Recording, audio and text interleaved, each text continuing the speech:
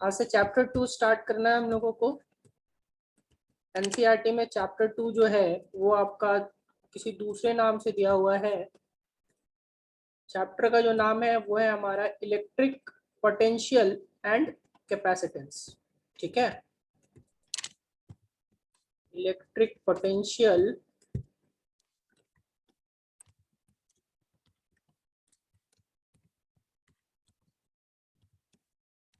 And capacitance.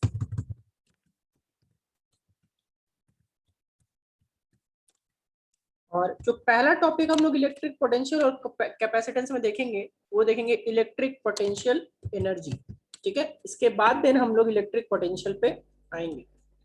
Electric potential energy में आप लोगों को लास्ट क्लास में भी समझाया था कि हम लोगों को जो वर्क डन करना होता है, राइट, किसी चार्ज को मूव करने के लिए इन्फिनिटी से किसी पॉइंट में इलेक्ट्रिक फील्ड में, तो उसी वर्क डन को हम लोग क्या बोलते हैं, इलेक्ट्रिक पोटेंशियल एनर्जी। ठीक है, इसका मैंने डेफिनेशन भी सबसे पहले आपको डेफिनेशन बताया था। ठीक है, कि देखो डेफिनेशन में मैं फिर से एक बार रिपीट कर रहा हूँ, इसके बाद हम लोग इसका प्रूफ पे आएंगे। ठीक है, इसका डेफिनेशन क्या था, the work done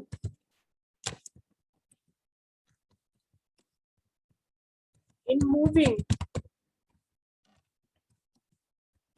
a charge from infinity, the work done in moving a charge from infinity to a point in the work done in moving a charge from infinity to a point in electric field of another charge is known as electric potential energy. यानी कि क्या, कि हम लोगों को जो work done लगेगा किसी एक चार्ज यानी यहाँ पे हमने स्मॉल क्यू लिया है, इस स्मॉल क्यू चार्ज को इन्फिनिटी से किसी दूसरे पॉइंट पे मूव करने में जो वर्क डन होगा, और वो दूसरा पॉइंट कहाँ होना चाहिए, तो वो दूसरा पॉइंट होना चाहिए इलेक्ट्रिक फील्ड में, किसी और चार्ज के इलेक्ट्रिक फील्ड में होना चाहिए। वही जो वर्क डन होगा उसी को हम लोग क्या बोलेंगे, इलेक्ट्रिक पोटेंशियल एनर्जी। ठीक है, नाउ इसका हम लोग डेरिवेशन देखते हैं कि इसका डेरिवेशन जो फॉर्मूला है वो फॉर्मूला क्या आता है। तो फॉर्मूला देखने के लिए हमने सबसे पहले एक चार्ज ले लिया, ठीक है, जिसका स्टार्टिंग पोजीशन जो है वो R1 है।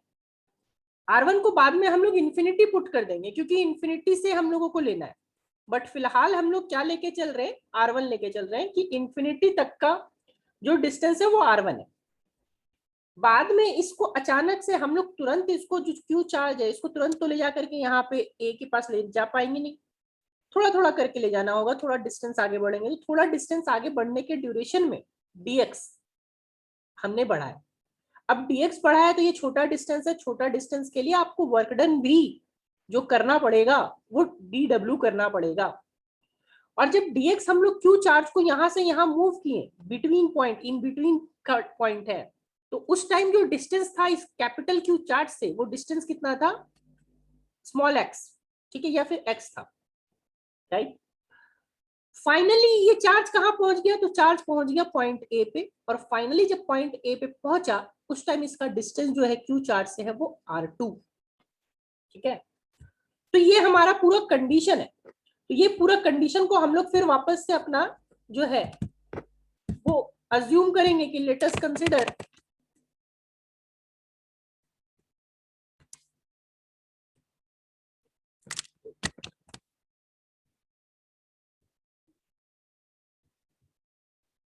अब चूंकि ये पूरा हम लोग डेरिवेशन कर रहे हैं तो इसको फिर से पूरा वापस से स्टेटमेंट के साथ लिखना होगा, क्योंकि 12th में आपको स्टेटमेंट के साथ लिखना है।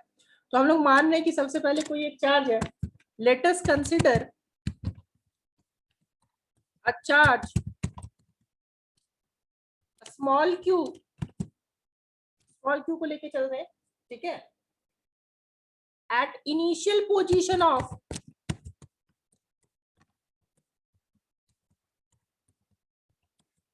ऑफ R1, पहला का इनिशियल पोजीशन क्या था R1, ठीक है, initial position of R1।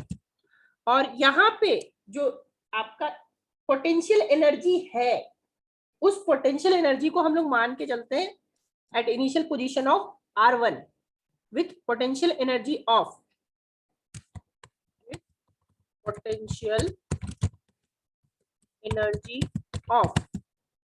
U1, ठीक है। R1 पे कितना पोटेंशियल एनर्जी है, U1 पोटेंशियल एनर्जी है, and it's final position is, final कहां पे पहुंचाया हमने, फाइनल हमने पहुंचाया R2 पे, and it's final position, it's final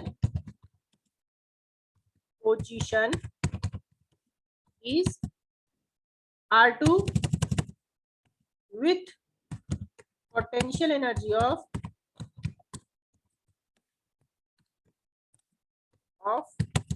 U2, ठीक है। फाइनल कहां पहुंचा, U2 पे। Now at movement of, at any intermediate position x, at any intermediate, जो इंटरमीडिएट पोजीशन है यानी x वाला, at any intermediate position x, displacement is dx, ठीक है। क्या क्या माना, फिर से मैं रिपीट कर रहा हूं चीजों को, ध्यान से इसको समझिएगा। क्या था, पहला आपका स्टार्टिंग में हमने क्या लिया कि आपका कोई एक फाइनल इनिशियल पोजीशन है, जब किसका पोजीशन ऑफ R1, ठीक है, इनिशियल पोजीशन क्या है R1, राइट। और फाइनल R1 के पास एनर्जी उस टाइम कितना था U1, ठीक है। और साथ में फिर इसका फाइनल पोजीशन क्या है, तो जो फाइनल पोजीशन है वो क्या है, final position is R2, final position is R2।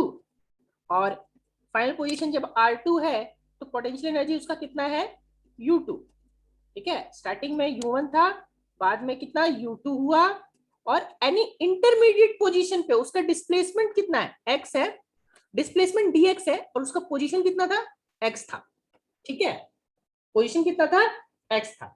तो अब हम लोग क्या करेंगे, फॉर डिस्प्लेसमेंट, ध्यान से यहां पे समझिएगा, for displacement dx, now for displacement dx, work done, जो वर्क डन होगा वो कितना होगा, तो स्मॉल डिस्प्लेसमेंट है तो आपका वर्क डन भी छोटा होगा, वर्क डन इज dw, ठीक है, for displacement dx, work done is dw।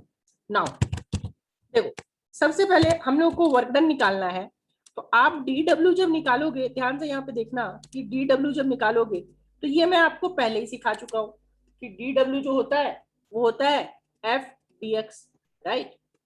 लेकिन ये f dx, अब यहाँ पे जो फोर्स लग रहा है वो दो तरीके का फोर्स लगेगा, ठीक है, फोर्स जो यहाँ पे लगेगा वो दो तरीके का फोर्स लगेगा। बोलो कौन कौन सा सर, तो एक लगेगा इलेक्ट्रोस्टैटिक फोर्स, जो ये कैपिटल क्यू और स्मॉल क्यू को रिपेल कर रहा होगा, ठीक है, ये कैपिटल क्यू और स्मॉल क्यू को क्या कर रहा होगा, रिपेल कर रहा होगा, तो वो बोलेंगे इलेक्ट्रोस्टैटिक फोर्स। और एक लग रहा होगा एक्सटर्नल फोर्स, एक्सटर्नल फोर्स जो हम लोग कर रहे होंगे, क्योंकि रिपल्शन की वजह से वो चार्ज पास आ नहीं पाएगा, लेकिन उस चार्ज को पास लाने के लिए हम लोगों को खुद से वर्क डन करना होगा। तो ये हमारे पास यहाँ पे दो वर्क डन होगा, एक होगा work done by electrostatic force और एक होगा work done by external force. तो हम लोगों को जो लेके चलना है वो हम लोगों को एक्सटर्नल फोर्स लेके चलना है। अब देखो यहाँ पे ध्यान से रखना। अच्छा मुझे एक बात बताओ कि ये चार्ज को आप इस साइड मूव करना चाह रहे होंगे और इलेक्ट्रोस्टैटिक फोर्स किस साइड लग रहा होगा, सोचो। अगर आप इस चार्ज को इस साइड मूव करना चाह रहे, इस साइड का मतलब मैं लेफ्ट साइड की बात कर रहा हूं, तो इलेक्ट्रोस्टैटिक फोर्स किस साइड लगेगा, सब चैट में बताइए।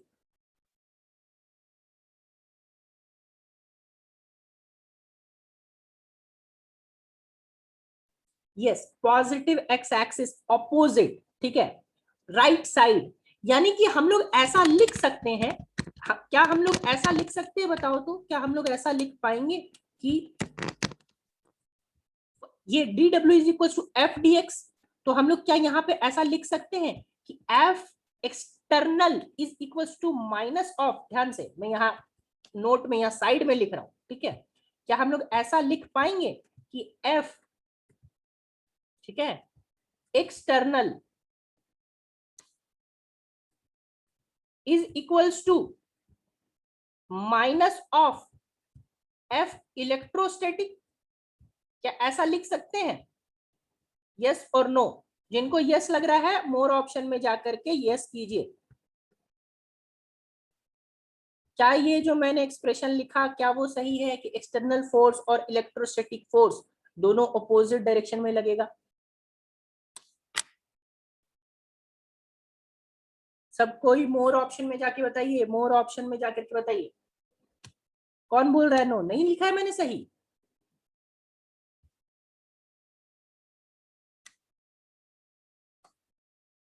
ये अभी तक बिल्कुल सही है कि हमने एक्सटर्नल फोर्स, दो तरीके का फोर्स लगे, एक्सटर्नल फोर्स और इलेक्ट्रोस्टैटिक फोर्स।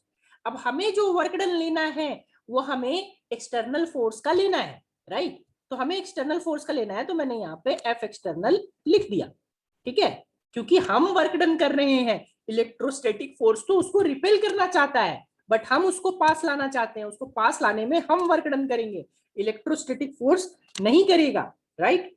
तो अब यहाँ पे, अब चूंकि एक्सटर्नल फोर्स हमें पता नहीं होता है बट इलेक्ट्रोस्टैटिक फोर्स हमें पता होता है, तो हम लोग डील करेंगे इलेक्ट्रोस्टैटिक फोर्स के टर्म्स में।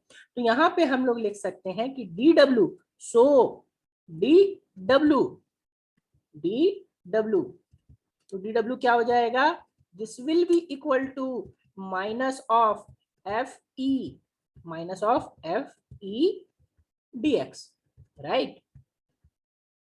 अब इलेक्ट्रोस्टैटिक फोर्स तो आपको पता है कि Q1 Q2 by R square minus of F E D X. अब जब आप W निकालोगे तो W निकालोगे तो ये W क्या हो जाएगा? इंटीग्रेशन, ठीक है, इंटीग्रेशन क्या? माइनस एफ ई, माइनस को बाहर निकाल दो, और माइनस को बाहर निकालोगे कहां तो क्या हो जाएगा? एफ ई डी एक्स, ठीक है। अब देखो लिमिट कहां से कहां पुट करेंगे, तो स्टार्टिंग में ये जो dx है, स्टार्टिंग में जो dx है, ये फाइनली आप लोग बताओ स्टार्टिंग का पोजीशन क्या था इसका? dx का मैक्सिमम वैल्यू स्टार्टिंग का पोजीशन कहां पे था?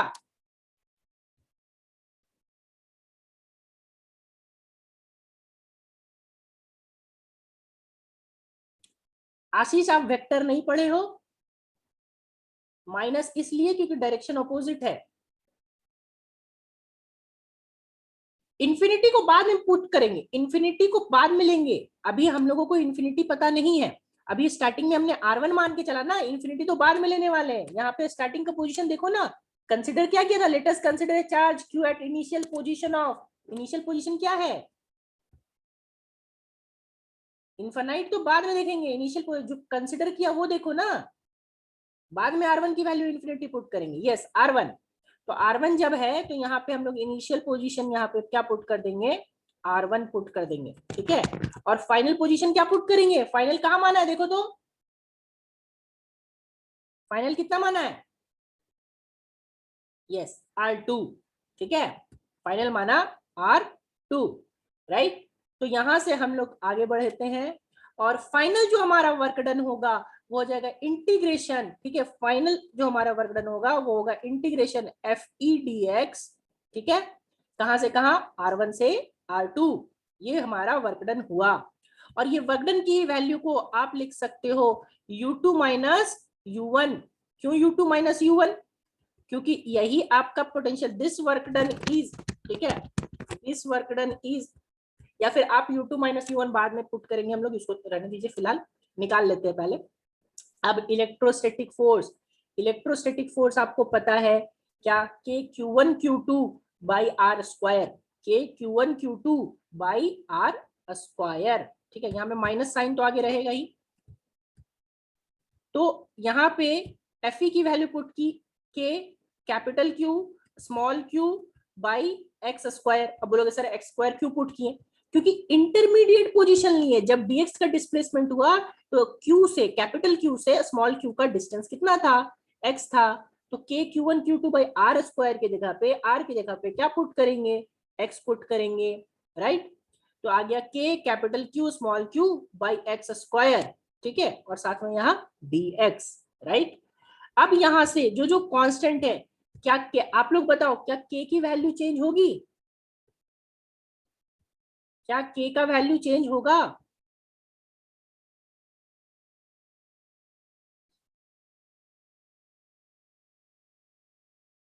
सिर्फ 8 लोगों का जवाब, नहीं चेंज होगा, ठीक है।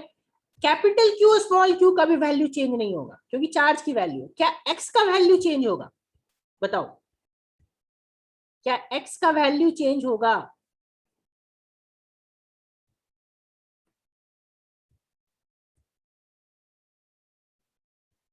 चलो यस, x का वैल्यू एब्सोल्युटली, x का वैल्यू चेंज होगा।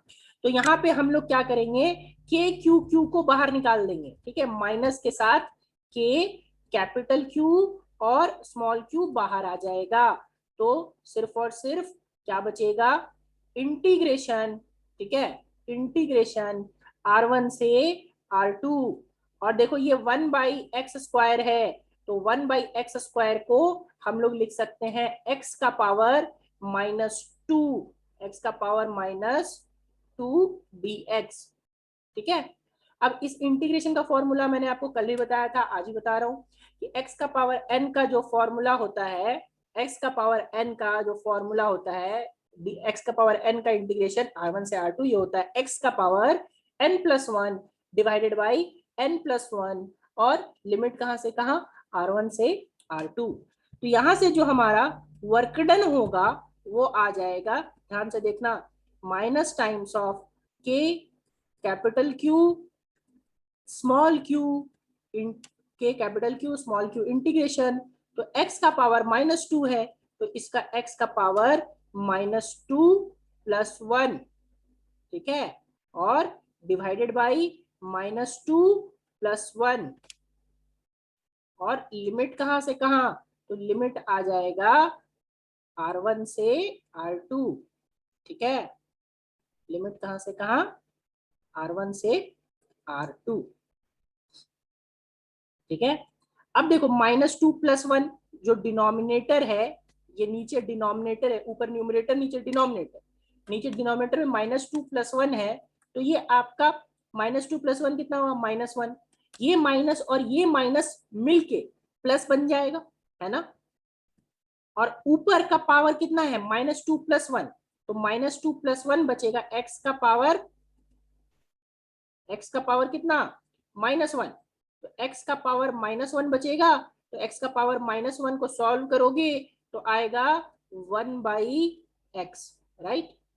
अब ये 1/x में लिमिट कहां से कहां पुट करना है, एक बार लोअर लिमिट है r1 और अपर लिमिट है r2, ठीक है। अब ये वर्कडन जो हुआ, ये वर्कडन फाइनल हमारा कितना है, एक बार x की जगह पे अपर लिमिट, एक बार x की जगह पे अपर लिमिट यानी r2, तो ये हो जाएगा k capital Q small q, ठीक है, और यहाँ पे आ जाएगा 1/x की जगह पे एक बार r2, और x की जगह पे दूसरा बार क्या आएगा, r1, तो 1/r2 माइनस 1/r1, राइट। ये हो गया वर्क डन। अब याद करो थोड़ा सा 11th वाला में पोटेंशियल एनर्जी, आपको बताया था ना ऑलरेडी कि जितना work done, change in kinetic energy या पोटेंशियल एनर्जी, जितना वर्क डन होता है, वर्क एनर्जी थ्योरम में समझाया था कि जितना वर्क डन होता है वही आपका एनर्जी में कन्वर्ट होता है, राइट। तो यहाँ पे जितना वर्क डन हुआ यही वर्क डन आपका किस में कन्वर्ट होगा, एनर्जी में, चेंज इन एनर्जी में कन्वर्ट होगा। तो यहाँ पे हम लोग क्या लिखेंगे, this work done is, this work done is stored as change in electric potential energy, electric potential energy, electric potential, change in electric potential energy, यानी change in electric potential energy की जब हम बात करेंगे तो स्टार्टिंग में हमारा क्या था, हमने याद करो दो एनर्जी लिया था, एक लिया था स्टार्टिंग पोजीशन पे U1 और फाइनल पोजीशन पे U2। तो हमारे पास एक यहां से फॉर्मूला आएगा, ध्यान से देखो, U2 minus U1, U2 minus U1, या फिर इसी को हम लोग डेल U बोलेंगे, ठीक है, डेल यू यानी कि change in electric potential energy, del U, और ये क्या हो जाएगा, this will be equal to K times of capital Q small Q 1/R2 minus 1/R1, ठीक है। तो ये हमारा फॉर्मूला किसका है, change in electric potential energy का, ठीक है। ये कंप्लीट आपको ध्यान रखना है, ये one of the most important formula है।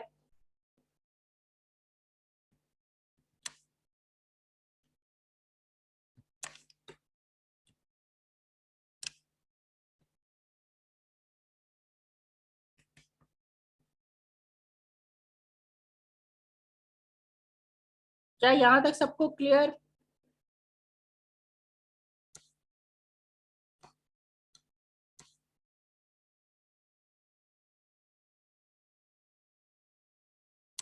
ऋषिकेश, आप वीडियो क्यों ऑन करते हो बीच बीच में?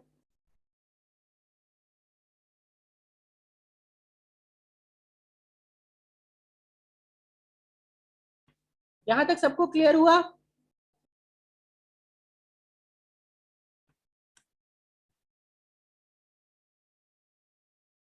एक्स कैसे लिखे, कल आपको एक्स पता नहीं चला था विक्रम?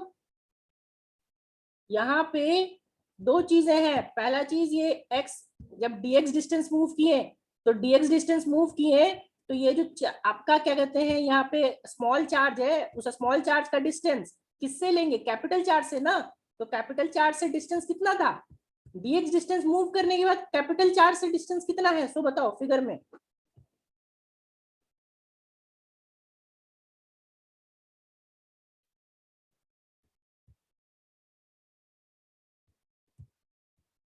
विक्रम, मेरा सवाल आपसे है, dx चार्ज मूव करने के बाद स्मॉल चार्ज q का कैपिटल चार्ज q से कितना डिस्टेंस है, x। तो x डिस्टेंस है तो यहाँ पे x स्क्वायर नहीं लिखेंगे, k q1 q2 by r square. r क्या था, r is the distance between two charges.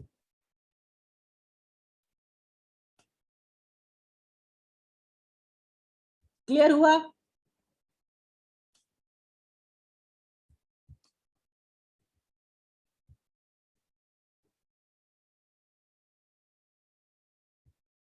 ठीक है। दूसरा जिनका सवाल है कि माइनस कैसे लिखे, तो माइनस यहाँ पे आपको पहले ही बताया कि अपोजिट डायरेक्शन होता है, एक्सटर्नल फोर्स और इलेक्ट्रोस्टैटिक फोर्स दोनों का डायरेक्शन अपोजिट होगा, और अपोजिट जब रहता है तो माइनस नहीं लिखते हैं, नेगेटिव वेक्टर।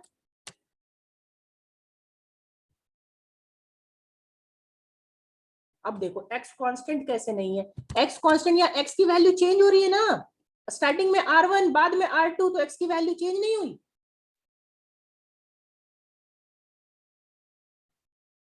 x की वैल्यू स्टार्टिंग में R1 बाद में R2, बीच में कहीं कुछ और रहा होगा, तो x वेरिएबल ना हुआ।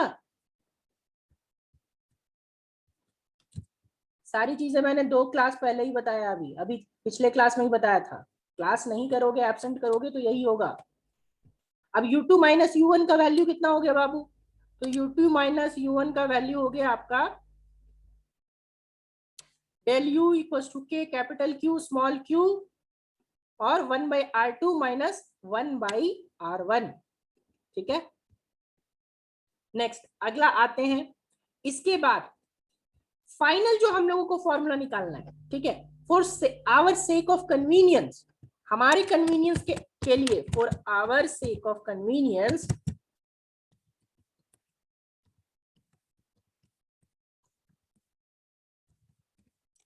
हमारे कन्वीनियंस के लिए हम लोग क्या करते हैं, U1 का वैल्यू यानी इंफिनिटी, U1 जो था उसकी वैल्यू इंफिनिटी पे जब थी, ठीक है, देखो for our sake of convenience हम लोग क्या करते हैं, आइए देखते हैं। जब आर की वैल्यू स्टार्टिंग में थी, क्या थी,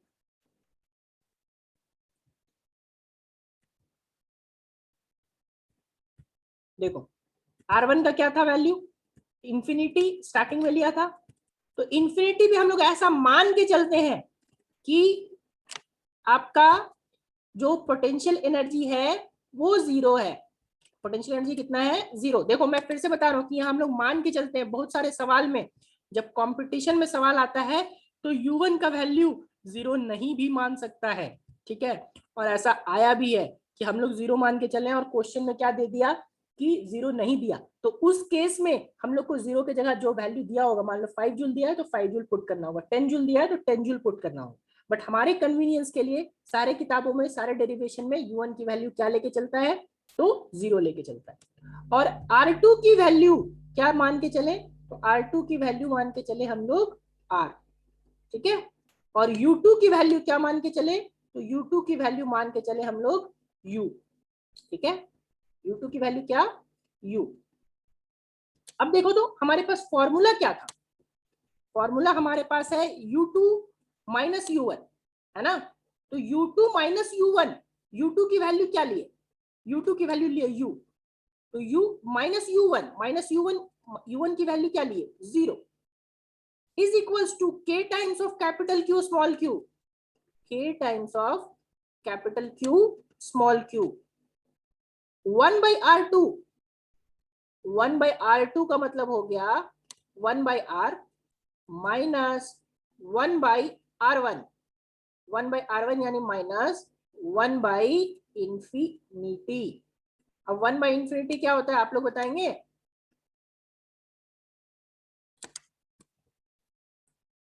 1/इंफिनिटी की वैल्यू कितनी होती है,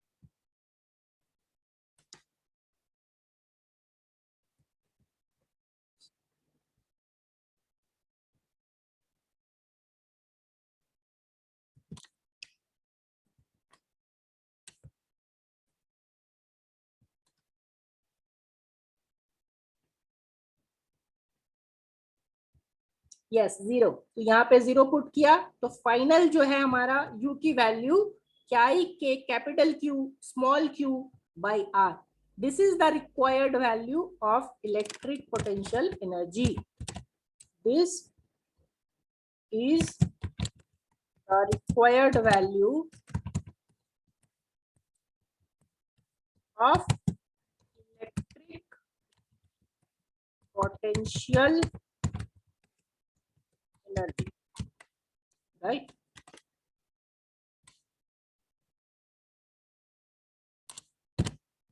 This is the required value of electric potential energy.